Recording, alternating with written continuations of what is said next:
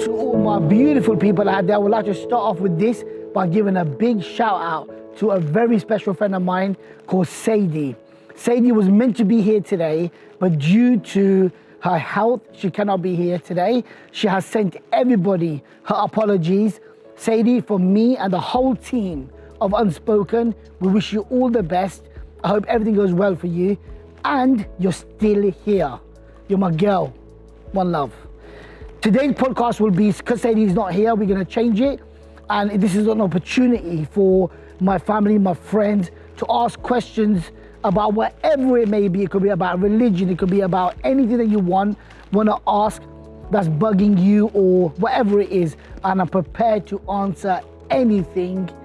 When I say anything, I mean like, yeah, let's go for it. So fire away, let's answer a few questions. Nothing. So the question is why are people using a beautiful religion like Islam and use it as a hate tool to go and kill innocent lives or to go and hurt people, correct? That's not the case. Clear cut in the Quran that Allah says that if you hurt one person, it's like that you've hurt the whole of humanity. This is by the book, okay? So that clearly shows you that whatever is happening with the terrorists, and it was proven by a case that was done by Roy, who was stabbed 5 years ago on the Westminster. We've done a podcast, and it was a very intense podcast, but he's walked away knowing it wasn't a religious thing. And this is a man who nearly died. This is a man who was on the London Bridge. It's called the Line of the London Bridge. He got attacked by so-called Muslims. And when he walked away from the actual podcast and what was happening, he realized that this has nothing to do with religion. For example, a couple of weeks ago in another city, I don't want to name it, a vicar got caught touching up a kid. People in the community have gone and smashed up the church. Why? What has you smashing up a church got to do with what he's done? He will be judged by God. He will be punished by the law of this country. Do we blame Christianity? Do we blame the Bible? Is it a religious act that he's done? Answer it. No, of course it's not. It's not in the Bible. It does not say touch up kids, right? For example, stats-wise, if you look at stats, most white, middle-class, older people are pedophiles. Fact. So does that mean that I can go around and say any person that looks like this is a pedo? You can't. It's just a tool it's a tool that the media use for everybody to disunite, hate each other. Because what travels more is shit news. So they love that, money-making schemes. Let's hate each other. Who gets more views? If I was to go and feed a homeless guy, would that get more views? Or a fight in school? A fight in school. Because we're immune to this. We're used to entertainment. The world's become like EastEnders. When's the next episode, dude? What's going to happen? Not about how much the mother's going to go through, the child's going to go through. It goes on and on and on. And while we're talking about this, no bully wants to be a bully. They don't grow up to be a bully. It all stems from how their childhood was, what they see, what they hear. It's deeper than that boy or that girl. If you talk to them deeply, they don't want to be a bully. If you get to the core, do you understand me? So at the end of the day, nobody can use any religion. I'm not about Islam, I'm not about any religion. No religion stands up for hate or pain or hurt. It doesn't exist. We're living in a Disneyland where we talk like that. It's not in my world.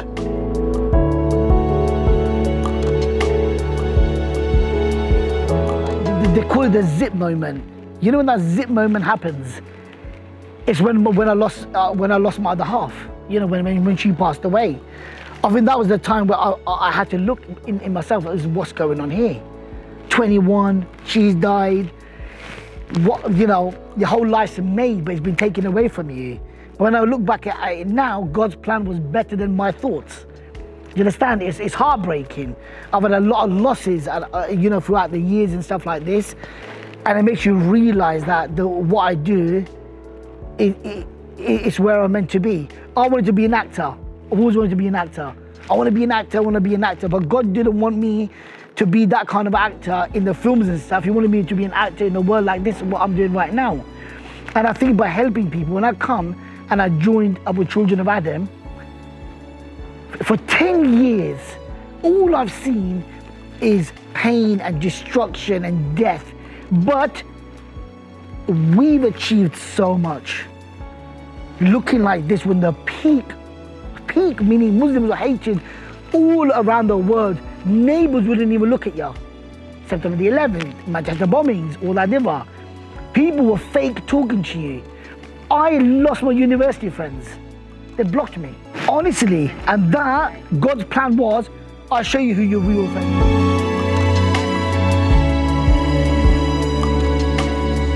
Whatever I do today is by my religion. I want to be the man I am today if it wasn't for Islam. I want to do the things that I do now because of Islam, because religion teaches you so much more. My friends go, yeah, but take it straight, what you can't do. I said, let's talk about what we can do. Let's talk about what we can do. Have you seen my life? Do I look miserable? Haven't I got what can I ask for? It's about what you can do. Do you understand? And we use this tool, mechanism about hate. We're focusing on this shit all the time. Let's focus on good things.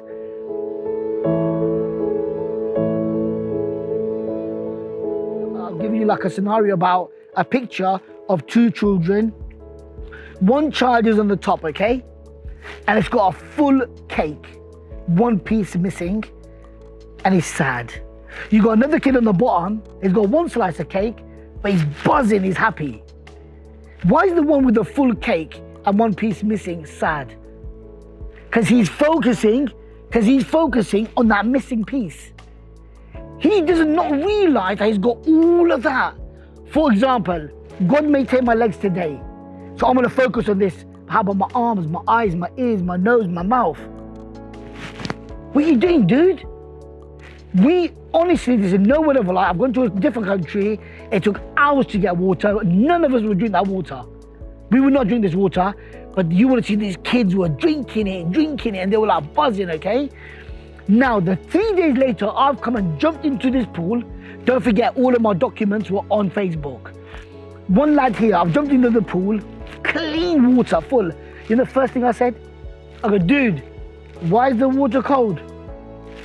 He goes, bro, I'm not being funny, but I've just seen your Facebook. You want about water and you couldn't drink it? Look around you, man. And honestly, it was the biggest wake-up call in my life. I'm complaining about a pool full of water is cold, dude. But then the water we just spent 10 hours getting, and we would not drink it. They would drink this water. We didn't even say it's got chlorine, whatever. Because you know why? Because we're spoiled. Not our fault. It's a blessing from God. But it teaches you a lesson that, hang on a minute, man. People can't even get a glass of water. You're swimming in it. And you said it's too cold. What? It proper makes you like it makes you so appreciative about what God's given you. There's nothing, I'm telling you right now, anybody that lives in the UK, anybody that's got food, you got a roof over your head, you got a few people that touch you, you are living in Disneyland. You're living in Disneyland. There ain't no ifs or buts or whatever. You are living in Disneyland. Look at your life and compare it 2-3 hours away from here. People don't even know if they're coming or going. We look up and say, oh, it's a beautiful sky today. 3 hours away, they're thinking, when's the next bomb? Who's gonna attack us today? Are we gonna be alive? How am I gonna feed my kids? And if I'm gonna feed my kids, you know what the biggest argument in my house is? What do you wanna eat? Yeah. What do you wanna eat? My mum used to make 4 different breakfasts, but I should look at her, just slap the kids. Give them the same thing. She goes, no, he doesn't like this. And spoil, because Allah, God has given us the opportunity to eat, but also said, look, don't forget the poor and needy. It's a test. What are you going to do about them? Somebody just fell over, you're going to pick them up or you're going to have a blind eye. Somebody wants £1, are you going to give it to them or not? Not that they're not going to get it. Are you going to give it? Are you going to do it? We always look at our problems, that's fine. We all have problems and we all suffer in a different kind of a way. But we have to take this opportunity to say, hang on a minute, let me look back. What am I being tested for? I'm going to do this. I'm not gonna break. What shall I break for? And there ain't no tomorrow. There ain't no tomorrow. We were gonna delay you. If I was soft and I was said, all right, no problem, no. No, it's not happening. You're coming today. There's never a tomorrow. Do you understand me? So we can't, if we're real friends and you want to be a part of my family, we need to stick up for each other now. There ain't no tomorrow. Tomorrow might be too late. Do you understand me? So this is why we are here.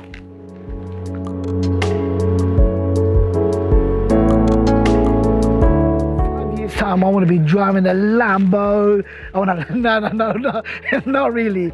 Cut. I'm joking. In 5 years time, I just hope that I can have enough experience and up my skills. I can walk into any single room, maybe doctors, maybe pilots, maybe cleaners, or whatever audience God gives me, that I can make a difference.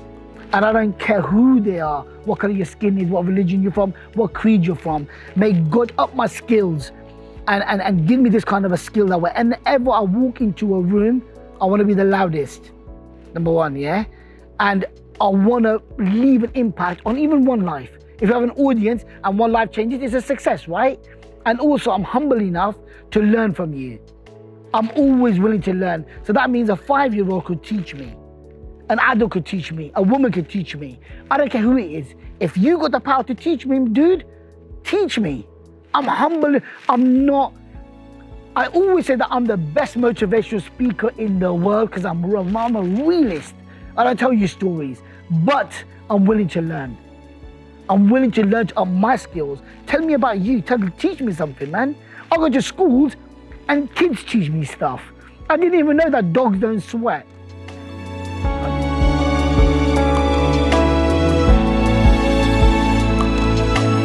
Children of Adam was one of the most hardest things I've ever done in my life.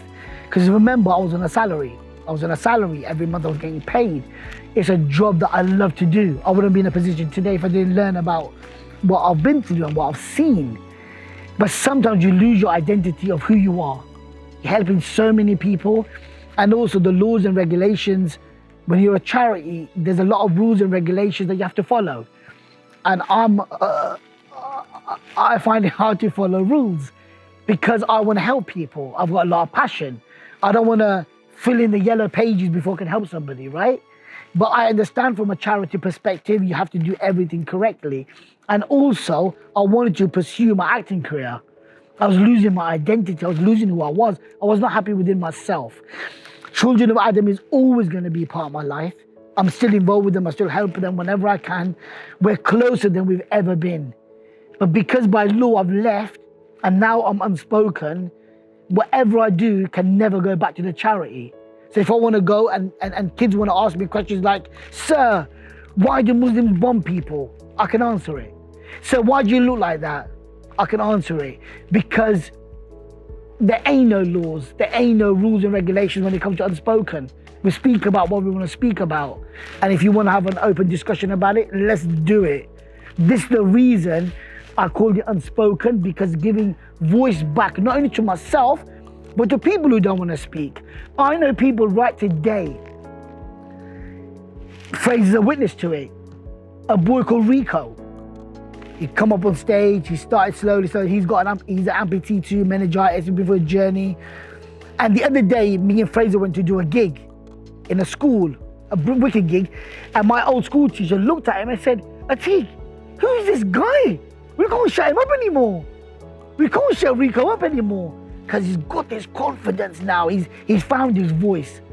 And if it wasn't for unspoken, you ain't finding your voice. Because this is what we do. We relate to people and we go into their world. And then we say, right, dude, what do you want to do? What do you want to do, man? We're here to help you. And you help me. So we make a little bit of a deal. So they go and they start making a life for themselves better. And for me, there's no money in the world. No money in the world, and as a witness to this, I'm sitting there and a student came up. She's, oh, can I speak to you? Can I say something? I go, yeah, cool. Older kind of girl. She goes, oh, you came here when I was year 7. She goes, you saved my life. So what? She goes, you saved my life. And I don't know who it was. It's like a random, growing up now, few years, and you've given me like a vision. And if I can do that, what kind of You know what? You can't pay for that. It's amazing.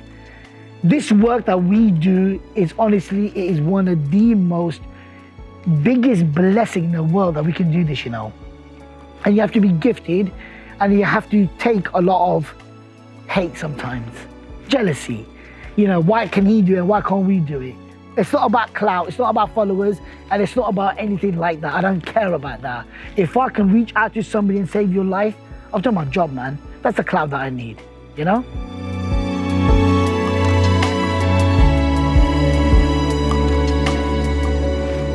Unspoken means come and save your life.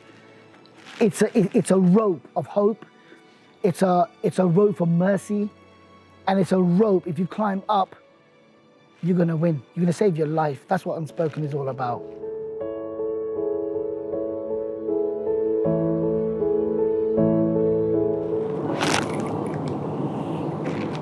Allah.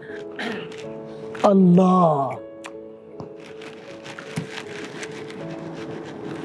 Allah. My religion. Alhamdulillah. Alhamdulillah Rabbil Alameen. Beautiful question. And my Lord Allah Azza wa Jal. Everybody is a hero, right? And my hero is Muhammad Sallallahu Alaihi Wasallam, the last messenger. Allah. Nobody's ever asked me that before, ever. Allah, my whole life is saved, and who I am today is because of my religion. It's because of my Lord. It's because of the blessings that I have. Yourselves, Fraser, a man that I met in a jacuzzi 6 weeks ago. I'm on about him. And he's become like my brother. Yeah, he's become like my brother. I've known people all my life. I got more trust in him than people I've known all my life. This is from Allah. This is what we have today. You coming over, it's from Allah. Allah's the best of planners. 2 weeks ago, you lot know what happened here. You lot know what happened here. If we weren't here and the delays never happened and I never prayed and whatever, we could be talking about somebody dead right now. My religion, my faith, and every single day when I pray to Allah, I thank Him for giving me this opportunity, man, to feel like a king. Being a king doesn't mean that it's via wealth. It's by sitting with beautiful people like you. That's my fuel, that's my money, man. So if I can sit here and I can sit with every religion, every creed, every race, and where skin color don't define you, we become powerful. And I thank Allah Azza wa Jalla, Allah, alhamdulillah, thank you for making me a Muslim and giving me a voice. Well, I'm not a shy Muslim, I'm a very active Muslim. And it's an honor. It's a massive honor. And honestly, there's no word that can describe how I feel when I wake up in the morning and I wake up as a Muslim. It's amazing. A lot of people have like their friends and circles that you go through and you always bounce back. But I haven't got a circle. I've got genuine people like yourselves. My circle was massive. Now it's a dot. But you know what? It's worth millions because they're sincere. They're loyal. I can pick up the phone any single time, anytime, and I know that they're there. These are all gifts from Allah. But I know someone who when I met, actually we met and go through a lot of health problems and like proper. And what she's done in her life, number one, she's very, very loyal, always been the same, never disrespected me. We've had many conversations, opened up to somebody you don't even know. Open up to somebody that you don't even know. And the progression from there to right now, this very moment in time, she's only become stronger and stronger and stronger and stronger, and she's become like a light, like a beaming light. Miss Alex. Yeah, you. Honestly. One of my first cases, like she reached out to me on Instagram. We spoke for ages. And for someone that was, I don't want to talk about it, but whatever she was going through, for me, it was an honor. Because you think about it, man, you could reach out to anybody you want. That was my first, somebody reached out to me with a big, like, I was like, whoa, have you messaged the wrong person? I've been following you for a long time. I believe I can trust you. Trust who? You don't know me, but she trusted this. She trusted the faith. And I thought, rah, wow. And then we spoke again and again and again. And whatever advice I gave, she took it. She never debated. She never said, nah, you're wrong. And then we become stronger and stronger and stronger. Even now, going through a lot of trials and whatever she's going through, she's still here. Honestly, Alex, I'm proud of you. And I'm not saying this because you're here, but honestly, I'm proud of you, and I'm proud of the person you've become. And honestly, Allah give you whatever you're going through. Allah take it for ease, man. You'll be fine. You're a fighter. You've been through it before, and you're gonna not through it again. You're gonna be good. You'll be fine, man. She's a good kid, really, really good. Because you know when you see somebody who rock bottom, and there's no hope, and you think, look, if I mess this up, man, it's gonna be hard. But for coming like this, coming so far, and joining this gym, I made her join the gym. I said, join the gym, man. What are you doing? Join the gym. Now she's part of, she don't need to give her a wage now. They can't even kick her out. It becomes like a rehab. This place becomes like your home. People don't realize gyms are not made for just training. They're made for this, man. You come along, you chill, you vibe. Sometimes you just come in for a cup of tea. Fraser, what are you doing, man? Let's grab hold of Alex. Let's do something. Let's have something. Let's do something. And it becomes nice, man. And it's nice. Do you know what I mean? God bless, man. Allah's the most merciful.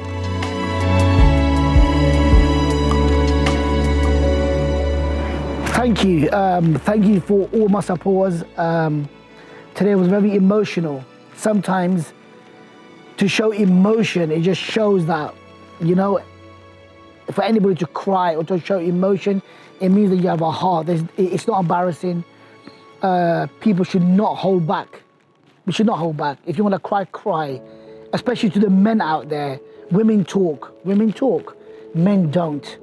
And my message is, I want to conclude with anybody that's suffering with mental health, especially to the men, please talk, reach out. And don't forget, I go through my DMs every single night. I do see you. I see you, I hear you, and my apologies if I don't reply back straight away, but I will get to a point where I will. Me and Fraser are gonna work on a new kind of a system where I do reach out and I do reply back to everybody. But it's difficult when you have hundreds of DMs on a daily basis. But don't forget that I see you, and